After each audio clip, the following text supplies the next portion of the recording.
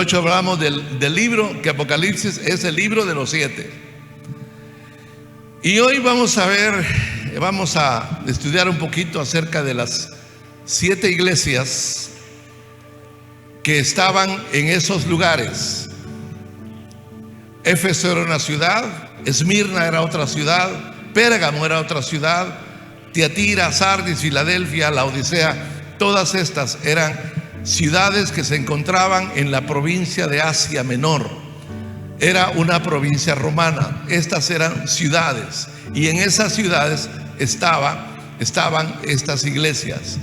Y de paso, no está en mi plan de predicación, pero en la iglesia de Éfeso, que es la primera que se menciona, esa iglesia fue fundada por el apóstol Pablo. En el capítulo 19 de Hechos está el relato. Allí fue donde ocurrió el más grande avivamiento que Pablo tuvo en su ministerio. En Éfeso ocurrió ese tremendo avivamiento, y Pablo estuvo ahí 2 años.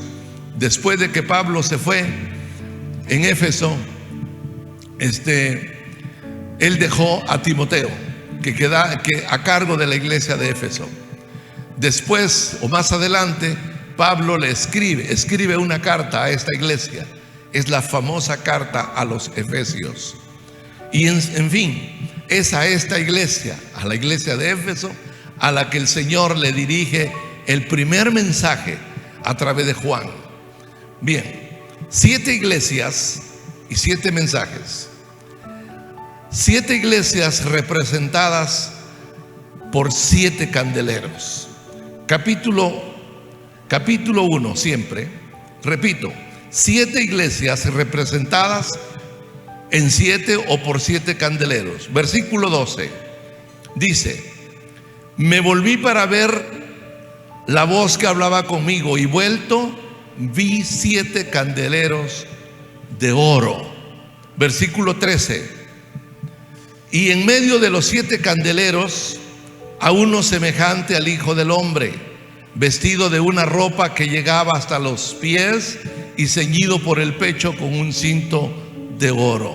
Verso 20: el misterio de las 7 estrellas que has visto en mi diestra, en mi mano derecha, y de los 7 candeleros de oro. Las 7 estrellas son los ángeles de las 7 iglesias, y los 7 candeleros que has visto son las 7 iglesias. En otras palabras, las 7 iglesias están representadas aquí por 7 candeleros de oro, en medio de los cuales Juan vio al Señor.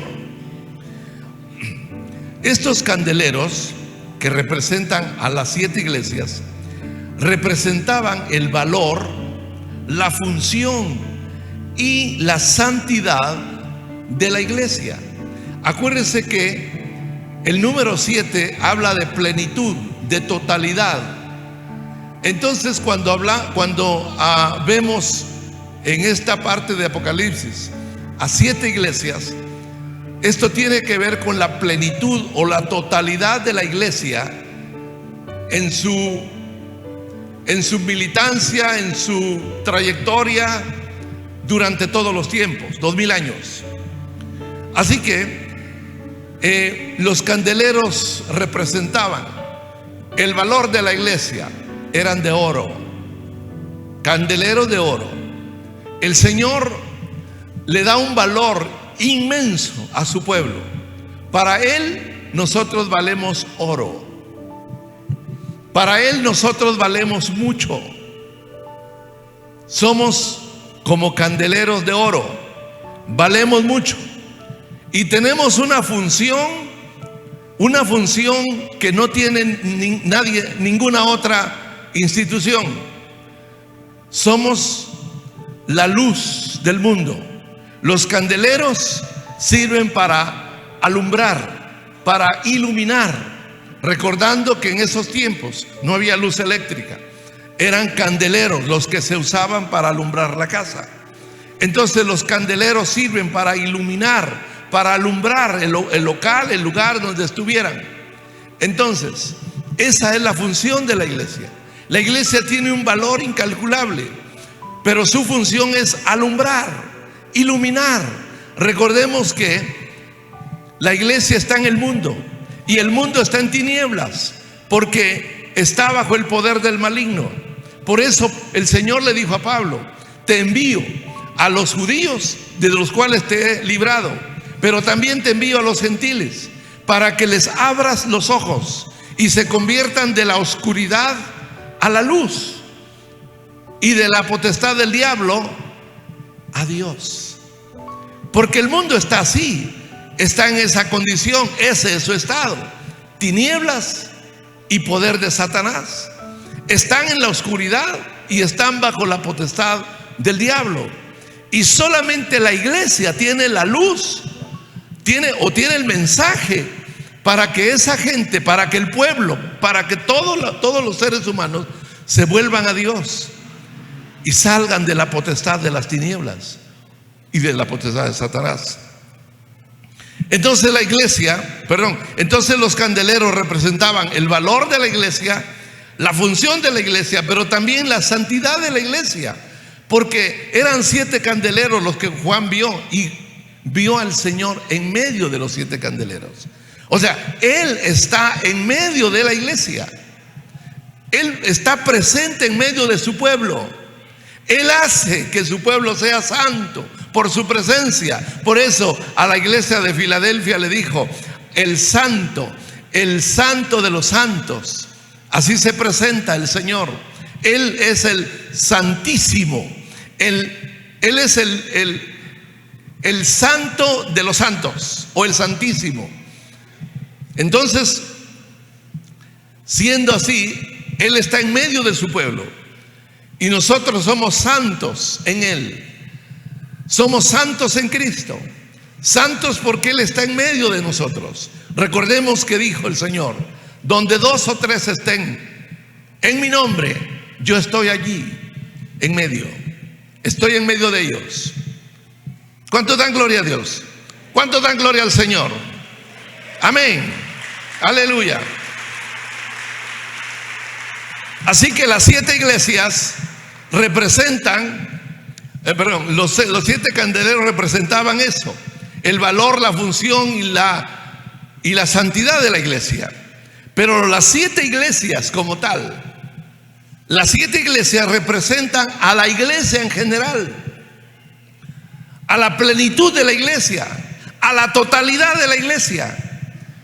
Representan a la iglesia desde su inicio hasta el final de los tiempos. En esas 7 iglesias a las cuales Dios les mandó el mensaje, en esas 7 iglesias está representada la iglesia en su totalidad, en su plenitud. La iglesia desde su inicio en el Pentecostés hasta que llegue el momento del arrebatamiento.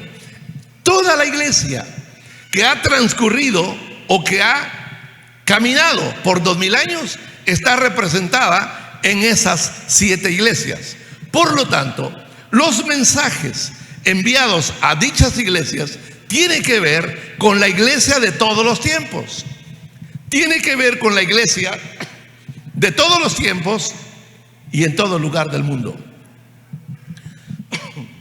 De manera que 7 mensajes son enviados a 7 iglesias. Veamos ahora, hablemos un poquito acerca de esos mensajes que el Señor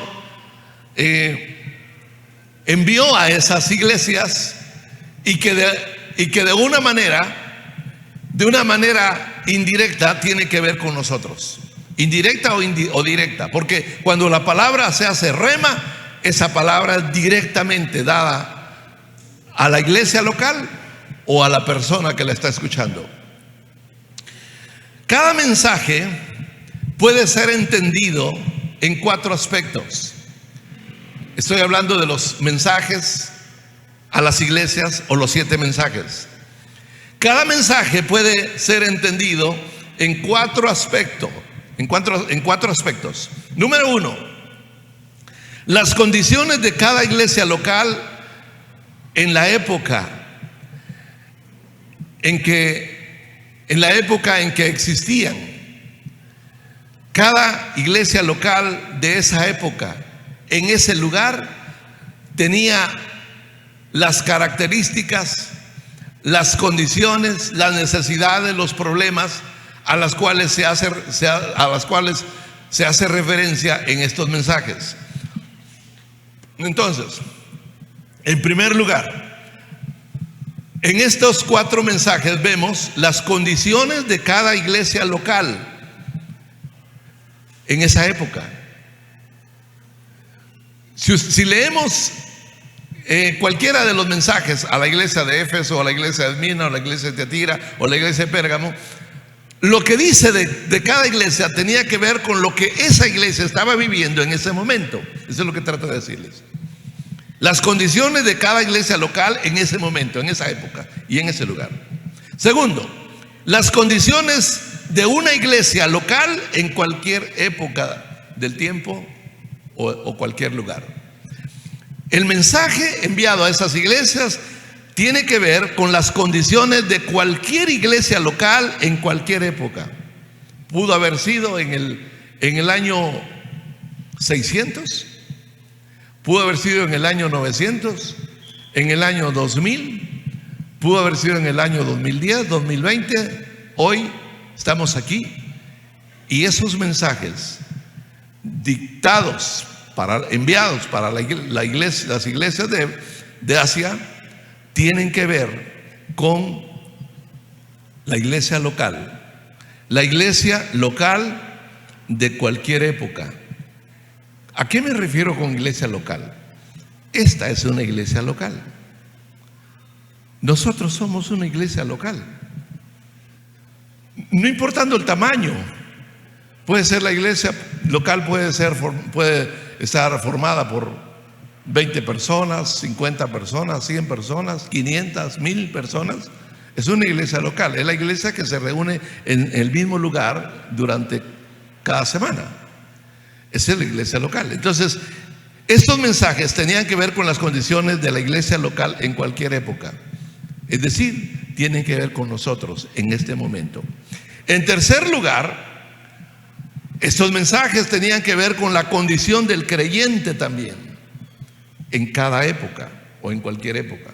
Tiene que ver con usted personalmente y conmigo. Por ejemplo, cuando el Señor le dice a la iglesia de Éfeso que había perdido el primer amor, eso no solo tiene que ver con la iglesia local, tiene que ver también con mi persona, con usted. Una iglesia local puede perder el primer amor, como lo puede perder un creyente. Puede ser que la iglesia esté viviendo en la efervescencia, pero entre ellos puede haber uno o más que está frío, que ha perdido el primer amor. Entonces, los mensajes tienen que ver también con la condición del creyente en cualquier época, porque individualmente podemos perder el primer amor, o como el Señor le dijo a la iglesia de la Odisea, no eres fría ni caliente, eres tibia. Es decir, cualquiera de nosotros puede caer en ese estado de tibieza. Muy bien, pero en cuarto lugar, los mensajes tienen también una aplicación profética. Porque recordemos que las 7 iglesias representan a la iglesia en su totalidad. Por eso el número 7. Cuando habla el Apocalipsis, habla de los 7 espíritus, está hablando del Espíritu Santo. Porque el 7 es el número, no solo el número perfecto, sino el número de plenitud. Entonces, las 7 iglesias representan la totalidad de la iglesia. Entonces quiere decir que cada mensaje es un mensaje profético para la iglesia en su totalidad. La iglesia lleva 2000 años de historia. Comenzó en el día de Pentecostés y hasta este momento la iglesia sigue militando, sigue caminando, y solo se detiene para predicar. Así dice el coro antiguo, ¿verdad? La iglesia tiene ya más de 2000 años de historia. Y estas siete iglesias representan a la iglesia en su totalidad, y cada mensaje tiene que ver con la iglesia o con diferentes épocas de la iglesia. Al menos así es como quiero explicárselos. Este es un estudio que los eruditos han logrado a través del tiempo y de la meditación y del escudriño y del estudio, ir viendo cómo cada mensaje tiene que ver con cierta época de la iglesia. En primer lugar, tienen que ver mucho los nombres de cada lugar. Por ejemplo, el nombre de Éfeso quiere decir deseable. El nombre de Esmirna quiere decir amargura. El nombre de Pérgamo quiere decir casamiento o elevación. El nombre de Tiatira quiere decir sacrificios continuos. El nombre de Sardis quiere decir los que escapan o principio del gozo. La iglesia de Filadelfia quiere decir amor fraternal. Fila o filo es amor, amor filial. Filadelfia quiere decir amor fraternal. Y la iglesia y la Odisea quiere decir gobierno del pueblo o simplemente gentes. La Odisea quiere decir simplemente gentes. Cada nombre tiene que ver con una etapa o época de la iglesia. Esto no es para que usted lo aprenda hoy mismo y se lo lleve en su totalidad. Es para que vea cómo es tan admirable, cómo son de admirables las escrituras, la Biblia, porque nos dan un panorama completo. Recuérdese que el 7 es un número completo, perfecto, pleno, cabal, total. Entonces, a través de 7 el Señor nos da una visión del pasado y también del futuro. Entonces, resulta que, tomando como base el significado de cada nombre de los lugares, como Éfeso, como Esmirna, como Pérgamo, se ha logrado dividir la historia del cristianismo en 7 épocas. Y la primera época se llama, o se le ha llamado, o se le ha denominado la época de la iglesia primitiva, o la iglesia del primer siglo. Juan, esto me está haciendo está haciendo ruido. Bueno, vamos a seguir. Juan escribe Apocalipsis después del año 90. Él es un anciano. Después del año 90 ubican los historiadores a Juan en la isla de Patmos, un ancianito que había sido llevado al exilio, al destierro, y lo habían abandonado en una isla.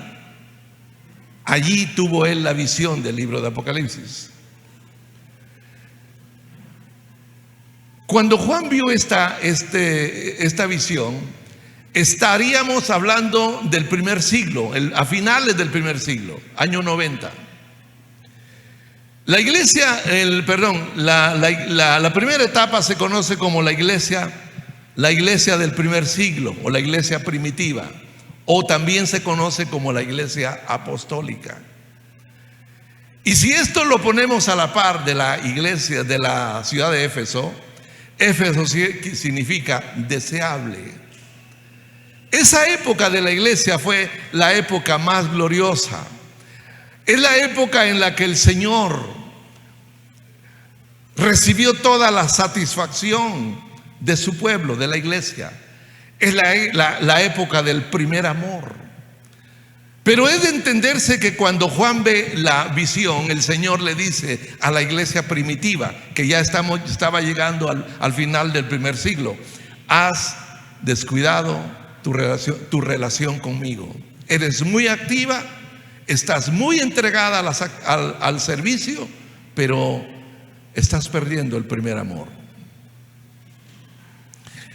Así que entonces la primera época de la iglesia la conocemos como la iglesia primitiva, y coincide con el nombre de Éfeso, que quiere decir deseable.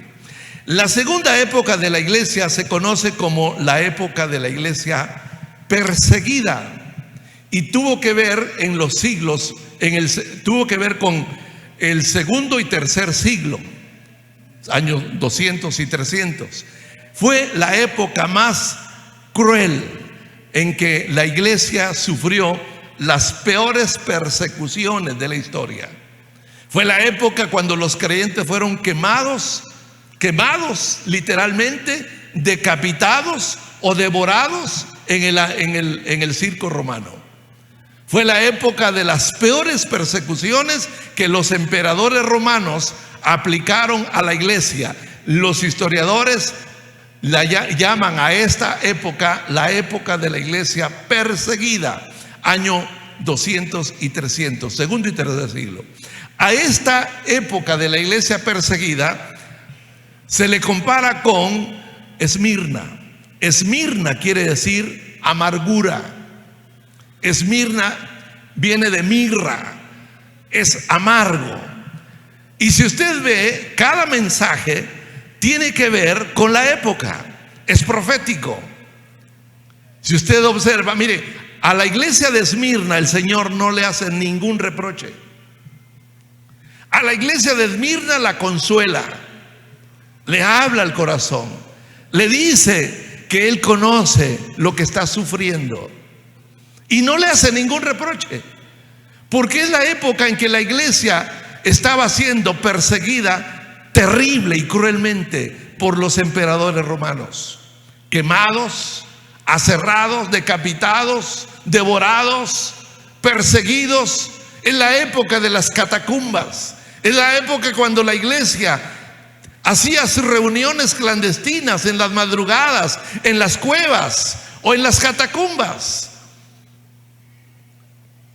A esa época se le compara con la iglesia de Esmirna, que quiere decir amargura.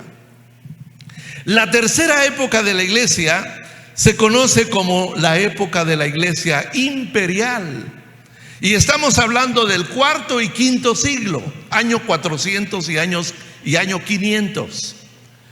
200 años de historia, siglo cuarto y siglo quinto. La iglesia imperial. ¿Por qué imperial? Porque en el año 313 Constantino el Grande, emperador de Roma, decretó que el cristianismo se convirtiera en la religión oficial del Imperio Romano, y la iglesia dejó de ser perseguida como lo fue en la época de Esmirna y pasa a ser la iglesia imperial, la iglesia del imperio.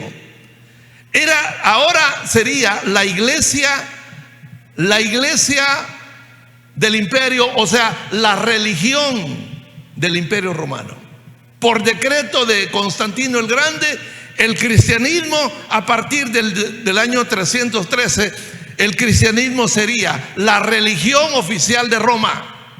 Y los creyentes salieron de las catacumbas y salieron de sus escondites, porque ahora los esperaban las catedrales.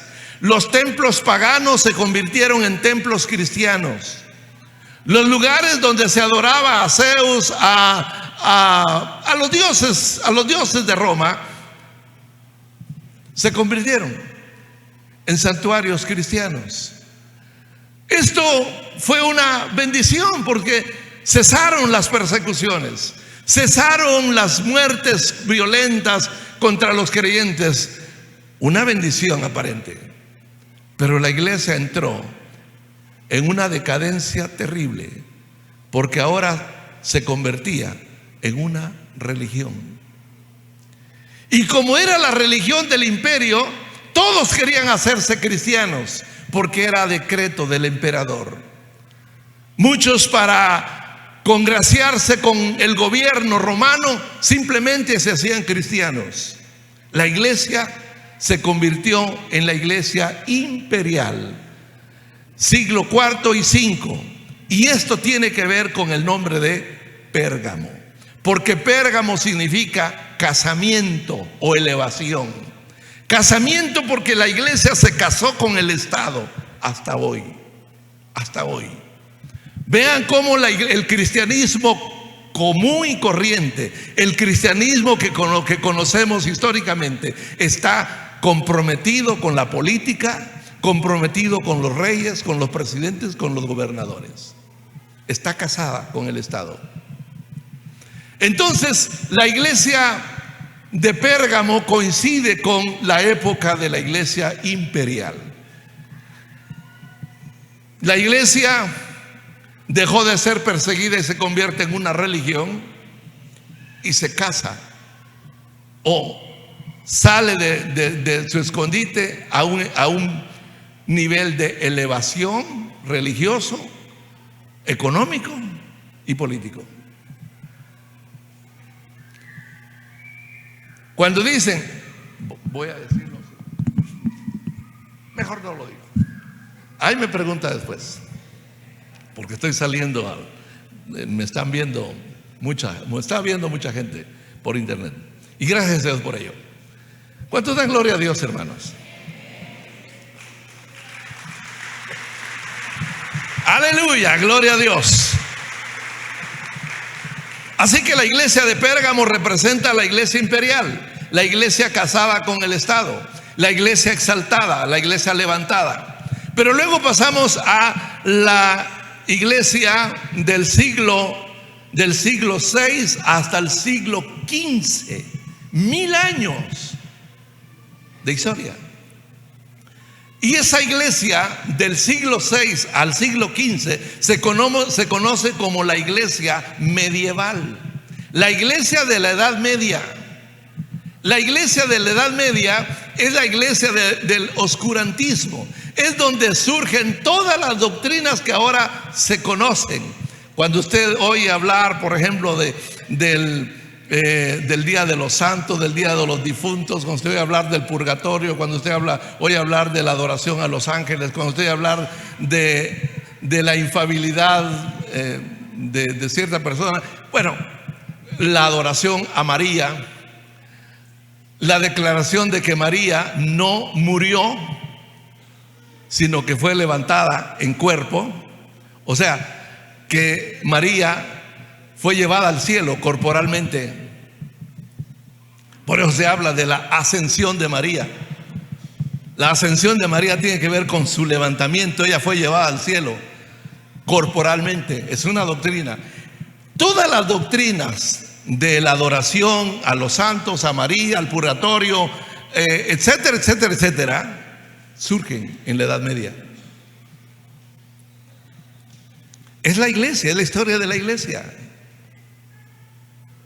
Es en esa época que surgen todas esas doctrinas que se apartan de la Biblia y se convierten en tradiciones. Y esas tradiciones se convierten en leyes. Y en la actualidad, aquí está la Biblia, pero aquí está la tradición. Y la tradición es más importante que la Biblia. La Biblia tiene que sujetarse a lo que diga la tradición. Son dos autoridades, la tradición y la Biblia, pero puede más la tradición que la Biblia. Por eso es que cuando usted le habla a un cristiano, católico romano, él no le va a escuchar cuando usted le habla de la Biblia, porque en su mente está la tradición. En su mente está la tradición, no la Biblia. La tradición tiene más poder en su mente que la palabra. Hermanos, ¿sí me estoy explicando? Bueno, seguimos entonces. ¿Seguimos? Entonces la iglesia medieval, así se conoce a la época de 1000 años, la iglesia medieval o la iglesia de la Edad Media, la iglesia del oscurantismo. Y esto tiene que ver con la iglesia de Tiatira. ¿Por qué? Porque vimos que Tiatira significa sacrificios continuos. Si Pérgamo significa casamiento, Tiatira significa sacrificios constantes. Es en esta época de la Edad Media en que la iglesia se aleja totalmente de las Escrituras y pierde la fe en la gracia, y empiezan a enseñar que la gente tiene que hacer buenas obras, tienen que hacer buenas obras, tienen que hacer sacrificios, tienen que hacer penitencias si quieren alcanzar la justicia de Dios. Tienen que hacer penitencias, tienen que hacer buenas obras, tienen que hacer sacrificios para alcanzar la misericordia de Dios. Por eso Tiatira significa sacrificios continuos. Vean cómo coinciden época e iglesia. Iglesia y época en cuanto al nombre y en cuanto a las condiciones de la época. Es en esta época entonces en que la iglesia se aleja de la gracia y se vuelve a las obras muertas, a los sacrificios y a las penitencias. No sé si usted ha visto, bueno, tal vez no ha visto usted a creyentes que,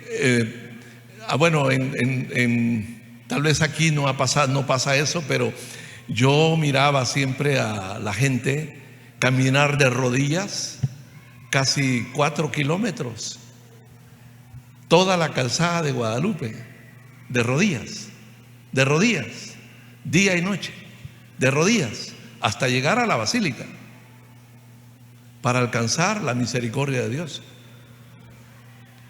Es la iglesia de los sacrificios continuos. Es la iglesia de Tiatira, la iglesia medieval. Y luego pasamos a la iglesia del siglo XVI y XVII. Esta iglesia se conoce como la iglesia reformada. La iglesia reformada tiene relación con la iglesia de Sardis, porque la palabra Sardis quiere decir los que escapan o principio del gozo. Otra vez, lo repito, Sardis, los que escapan o principio del gozo. Tiene que ver con la iglesia reformada. Es en el siglo XVI en que varios líderes, párrocos, monjes de la misma iglesia romana están estudiando la Biblia en latín, por supuesto, estudiando la Biblia en latín, estudiando, y empiezan a ver la distancia que hay entre la iglesia y la Biblia. Y se dan cuenta que la Biblia dice una cosa, la iglesia hace otra cosa. Se dan cuenta que la Biblia es una cosa y la iglesia es otra cosa. Y entonces dice, aquí las cosas están mal. Hemos dejado la Biblia. Y hay muchos líderes que aparecen en la época del siglo XVI. Pero la más conocida es la de octubre del año 1517. En Alemania explota lo que se conoció como la Gran Reforma Protestante. La Gran Reforma, porque fue Alemania, Francia y todos los Países Bajos rompieron con Roma. Porque empezaron a ver que la Biblia no estaba de acuerdo con lo que la iglesia era, y explota lo que se llama la Gran Reforma Protestante.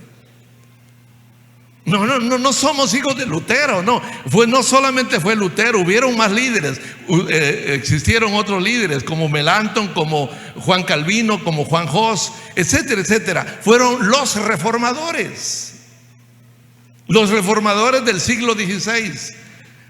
Tiene que ver con la iglesia de Sardis, los que escapan, la iglesia reformada. Luego llegamos a la iglesia de Filadelfia, y esta iglesia coincide con Perdón, esta iglesia la ubicamos o se le ubica en el siglo XVIII y XIX como la época de la iglesia restaurada. Y de esta época se hablan los grandes avivamientos en Escocia, en Inglaterra, en Holanda, en Francia, y esos puritanos que vinieron a América y trajeron el evangelio a Estados Unidos y fundaron Estados Unidos sobre la Biblia, eran puritanos. Grandes avivamientos que tuvieron lugar en el siglo XVIII y XIX, pero grandes avivamientos en esa época. La iglesia fue restaurada y también hubieron persecuciones terribles, pero la iglesia fue restaurada. El siglo XVIII, y esto tiene que ver con Filadelfia. Y si usted observa el mensaje a Filadelfia, a esa iglesia el Señor no le reprocha nada. A esa iglesia no le reprocha nada, porque Filadelfia significa amor fraternal. Es la iglesia que regresa al amor verdadero, al amor de Dios y al amor entre hermanos. Es la iglesia restaurada. Filadelfia, la iglesia de la época restaurada, siglos XVIII y XIX. Pero tenemos la última, que es la iglesia de Laodicea. Y esta se le ubica como la iglesia moderna, siglo XX y XXI. La iglesia moderna representada por la iglesia de Laodicea. Y lo que dice el Señor a Laodicea no es nada bonito. Laodicea significa simplemente gente. Simplemente gente. O gobierno del pueblo. No gobierna la Biblia, gobierna el pueblo. Son más importantes las multitudes que la misma Biblia. La iglesia moderna encaja bien con la iglesia de Laodicea, porque es una iglesia permisiva, tolerante, donde solo tienes que asistir a la iglesia y no te comprometas.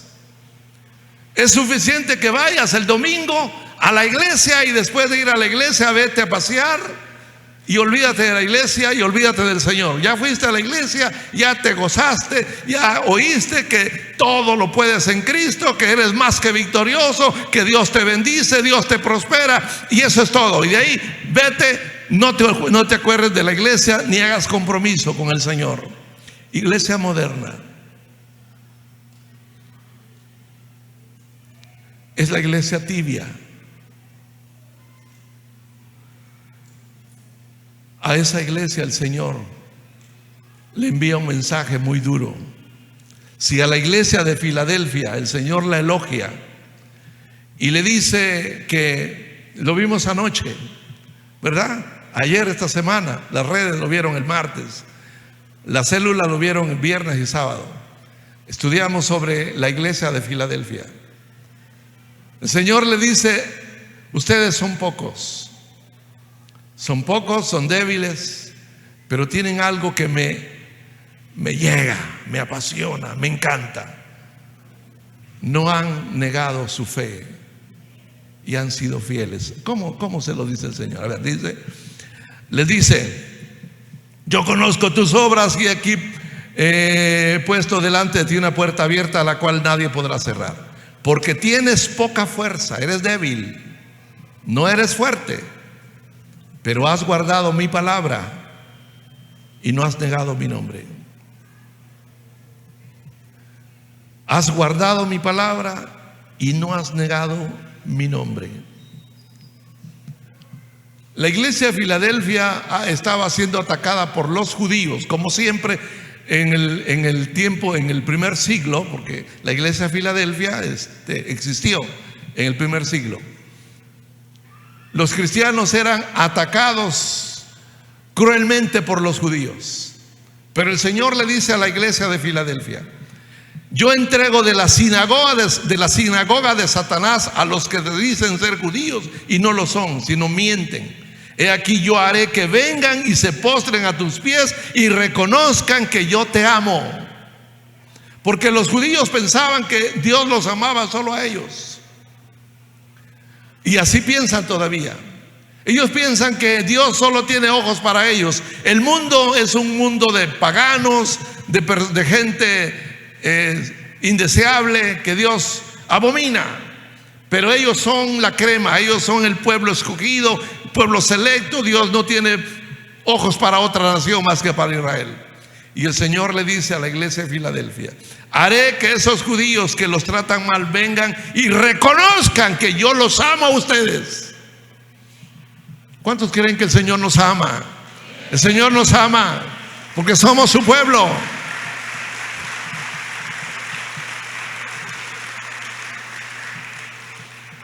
Así que la iglesia de Filadelfia tiene que ver con la iglesia restaurada.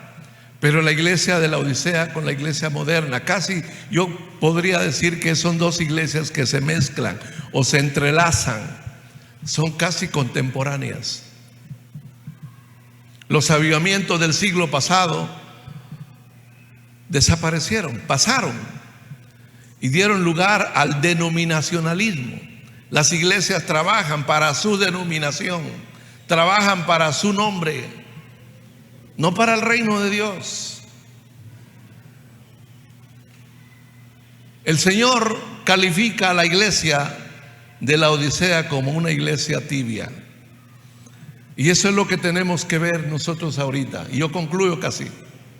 Recuerde que dije que los mensajes de las iglesias tenían que ver con las iglesias locales de aquella época, con la iglesia en cualquier época del tiempo, de la historia, o con la iglesia local en cualquier lugar como nosotros, o con cualquier creyente individual.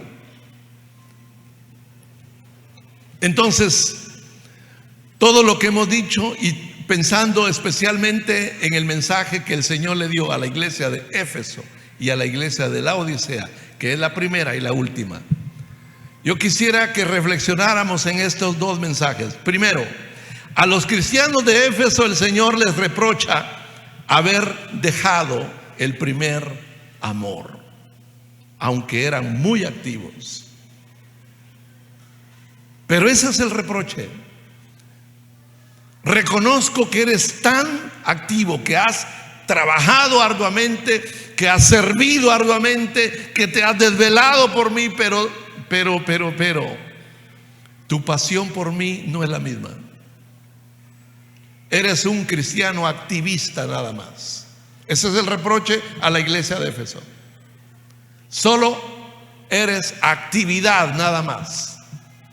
Como Marta, ocupada en la cocina, haciendo el bistec, preparando la cena. Había mucha gente, estaba cansada, aturdida, necesitaba que él le ayudara y se quejaba por eso. Mientras que María estaba tranquila. Entre todos los que estaban en la casa, María estaba sentada en el suelo, en la alfombra, sentada allí, escuchando cada palabra que salía de los labios del maestro.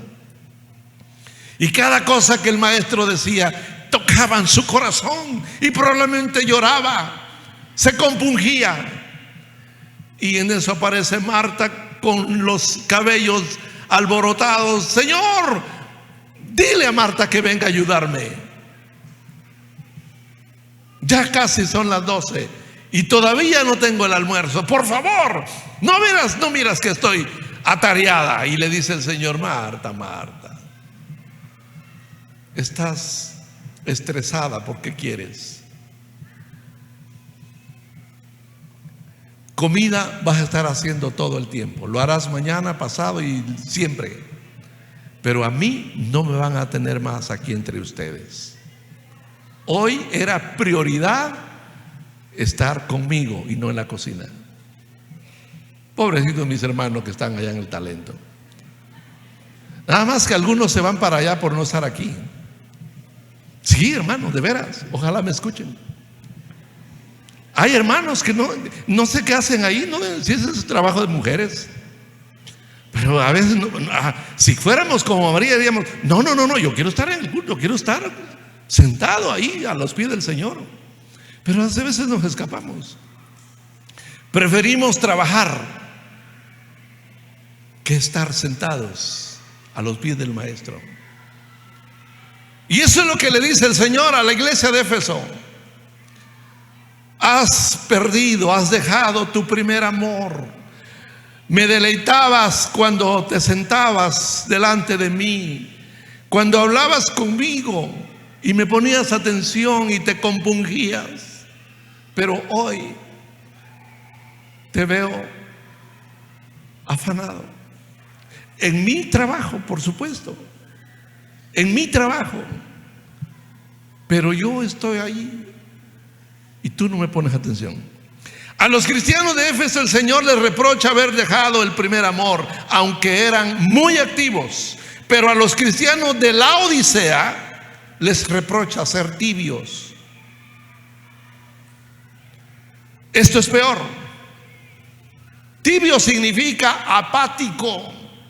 Tibio significa indiferente. Tibio significa sin emoción.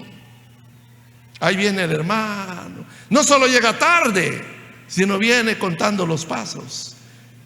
Apático, indiferente. Yo veo una hermanita que vive por ahí. Cuando ya está el culto, ella viene tropezándose con su bolsita, pero viene así, viene como que se le va a ir el tren. Así debiéramos venir todos. Una hermanita que vi, creo, en mi frente. Yo la he observado. Se refleja, se ve.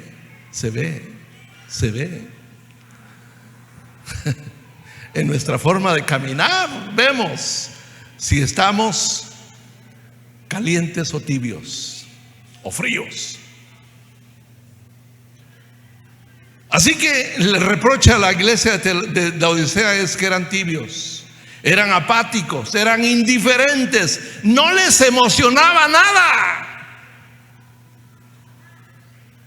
Sí, eran cristianos, evangélicos, de la fe en Jesucristo, pero apáticos,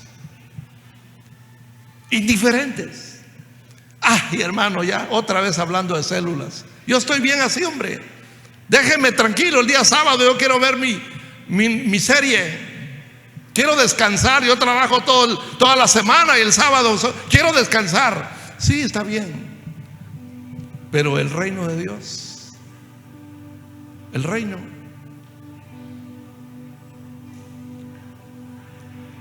¿será que vale más mi serie que el reino de Dios? ¿Será que vale más mi familia? Hermano, no puedo ir porque tengo una reunión con mi familia, cumple años un miembro de la familia. Uy, yo falto a esa reunión. Yo conozco cristianos que dejan al Señor por una reunión familiar. Los conozco. Apáticos, indiferentes, sin emoción. El problema de los hermanos, de los creyentes tibios, es que han excluido al Señor de sus corazones. Los han excluido, lo han excluido. El Señor está afuera. Por eso a la iglesia de Laodicea el Señor le dice: yo estoy a la puerta y llamo. Ese texto no tiene que ver con los inconversos, tiene que ver con una iglesia tibia. Yo estoy a la puerta y llamo. Si alguno oye mi voz y abre la puerta, entraré con él y tendré comunión íntima con él. Es con creyentes tibios que está hablando el Señor. ¿Por qué? Porque lo han sacado. Está afuera el Señor. Si nunca hubieran escuchado el evangelio los hermanos de la Odisea, si nunca hubieran escuchado el evangelio, habrían sido fríos. Pero eso era mejor, y no tibios. Si hubieran permanecido en el primer amor, no habrían perdido el fuego del evangelio. Si hubieran permanecido en el primer amor, si hubieran sabido qué es primero, qué tiene prioridad. Nada es prioridad sino estar con el Señor, estar en su presencia. Eso no tiene comparación, no tiene sustituto, no hay paralelo. Es lo mejor, lo más importante. Si hubieran sabido permanecer en el primer amor, no habrían perdido el fuego del evangelio. El mensaje a la iglesia de la Odisea indica que el Señor no tiene interés en los creyentes tibios. Esto duele. El Señor no tiene interés en los creyentes tibios, porque dice el Señor: por cuanto no eres frío ni caliente, te vomitaré de mi boca. En la Odisea tomaban, el agua que tomaban venía de Hierápolis, y las fuentes de Hierápolis eran fuentes termales, y el agua que llegaba a la Odisea aún llegaba tibia y con sabor a bicarbonato. Entonces, cuando ellos tomaban el agua, generalmente les producía náuseas.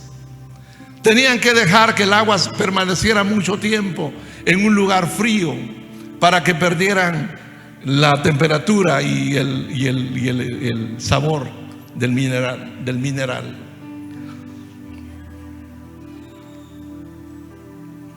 Lo que el Señor le dice a la iglesia es eso: me das náusea, me das náusea, eres repugnante. Verte así con esa tibieza me repugna, me das náusea. Sus ojos están sobre el creyente. Los ojos del Señor están sobre los creyentes que mantienen el fuego de la fe. Sobre los que mantienen el fuego de la fe, sobre ellos están sus ojos. Y también están sus ojos sobre aquellos que no han creído, pero están dispuestos a escuchar.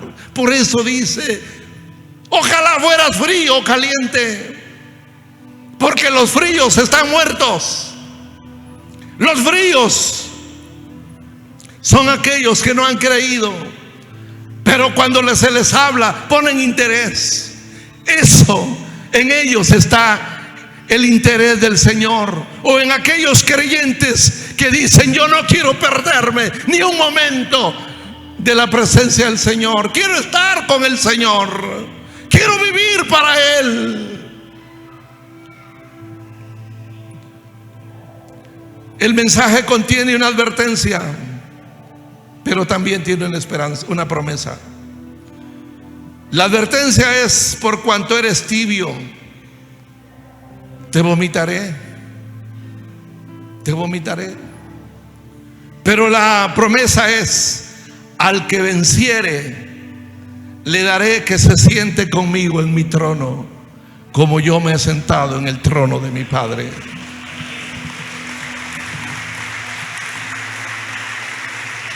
Usted y yo, ubiquémonos esta mañana. Ubiquémonos. ¿Qué vale más? El tiempo es corto. Si usted tiene 50, dentro de 70 años tiene que estar haciendo maleta, porque se lo va a llevar el Señor. El tiempo es corto. Invirtámoslo en cosas eternas. Busquemos primero el reino de Dios y su justicia, no las añadiduras. El mundo busca todo lo que tiene que ver con alimento, ropa y lujos. No es malo, porque el Señor dice: búscame primero, y no te sorprenda que todo lo que sueñas te lo daré. Porque la Biblia dice: regocíjate en el Señor y Él te dará las peticiones de tu corazón. ¿Cuántos le dan gloria al Señor, hermano? Amén. Aleluya. Gloria a Dios. Gloria a Dios. Voy a decir algo que no me gusta, pero lo voy a decir.